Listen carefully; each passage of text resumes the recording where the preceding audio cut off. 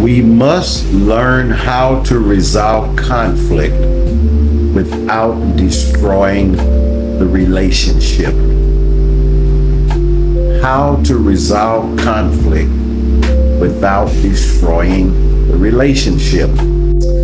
Every human relationship includes conflict. So stop discussing disagreements on the run. And make sure you set aside time for conflicts.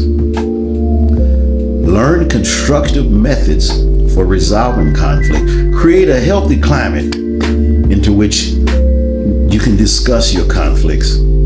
Always make mention of the things you like about the other person. And work through your conflicts one by one.